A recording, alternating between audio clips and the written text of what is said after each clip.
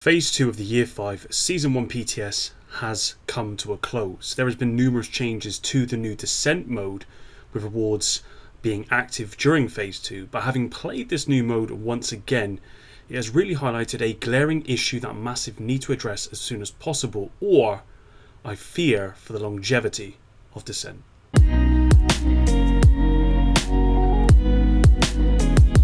Hello everyone, welcome back. Before we get into the video, drop a like, subscribe and turn on notifications to ensure you never miss any of my future uploads.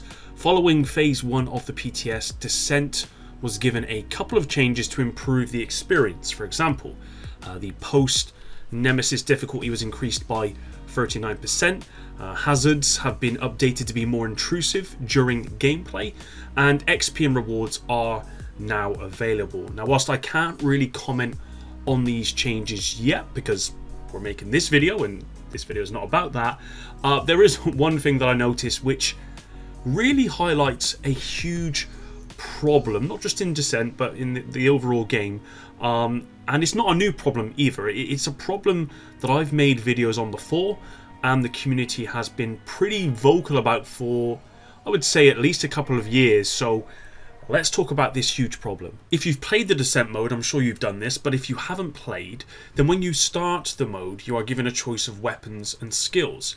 Now, what I can tell you is if the weapon choice doesn't include either an AR, an SMG or an LMG, then I'm backing out and I'm running it again.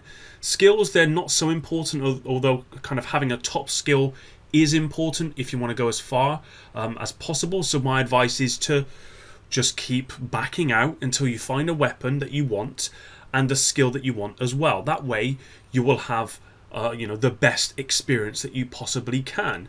Now, once you finally have the weapon that you want and the skill that you want, and then you go and clear a room, you are given the option of 3 talents to choose from, each room highlighting what type of talent are available in that room and how many there are, so offensive, defensive or utility, and you get those choices before you enter the room.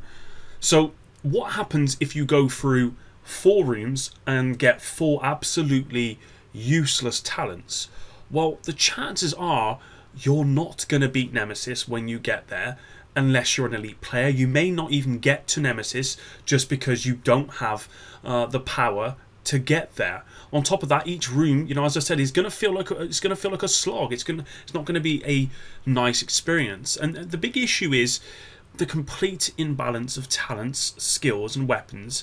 And Descent really highlights this long-running problem. Season of Health. The Division 2 could really do with a good couple of months where Massive go in and fix the majority of the issues facing the game. The Division 2 has a serious balancing issue, and whilst I know it wouldn't be reasonable or possible for a Season of Health, Massive really need to take some energy, take some resources and focus and balance talents, weapons and skills. There are so many talents that are just simply bad. So bad, you never see them used even in the most niche builds. I don't think I've ever seen a build with Mad Bomber, for example. I'm sure there's one out there, but I've certainly never seen it.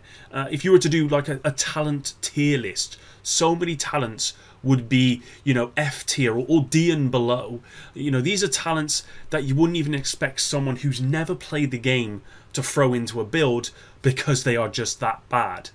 And of course, Descent heavily relies on talents as your main source of power. So it's no surprise that if you want to go far in the mode or if you want to enjoy your experience, your choices are actually very limited. It looks like you've got a lot of choices, but actually you don't. I found it's actually very rare that you choose a utility talent over an offensive or a defensive talent, at least not until you beat a Nemesis, because the utility talents don't really do much for you, at least from my experience in the mode. I haven't once yet felt the need to invest in my skills at all with either talent or the upgrade to those attributes at the end of each level when you get the choice of picking offensive, defensive or utility. Of course, outside of Descent, skill talents could do with some work and skills themselves need help, but it's actually the offensive and defensive talents and weapons that really need the work, in my opinion. As with the meta build outside Descent, in the mode you are only picking the meta talents, and if they're not available, it feels like you've wasted that room. It should never feel like you've wasted a room, and that can only be achieved with a rebalancing of the talents, so every talent feels like it has some worth.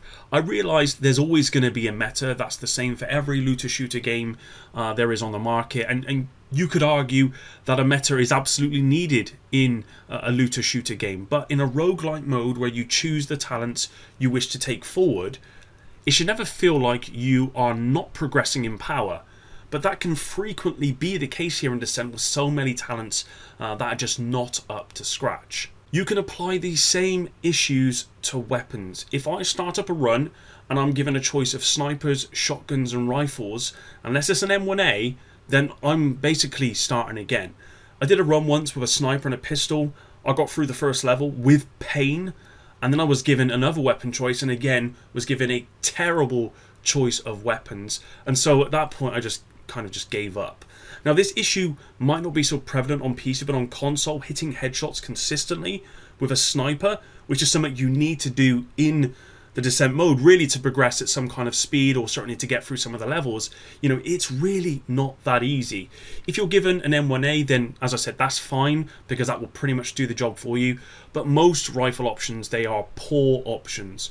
Massive really need to look at weapons again and rebalance them in a way that makes each choice feel like you are progressing and not going backwards. Because sometimes, you know, if you're going to level 1 and they're offering you a, you know, an M164A, yeah, you're not picking that. If you've got that and 2 shotguns, you're going to go for the shotguns, and some of the shotguns are so poor that even that feels like you're going backwards. I guess my fear is if Massive do not invest some time in rebalancing talents, weapons and skills, people will quickly get frustrated with the Descent mode. I understand you are likely not to get the best of everything when you play. You know, the odds are very much not in your favour, of course, but I don't mind using an ACR rifle or an M164A if I know they're going to at least be decent, and I know that they won't, you know, make my experience terrible.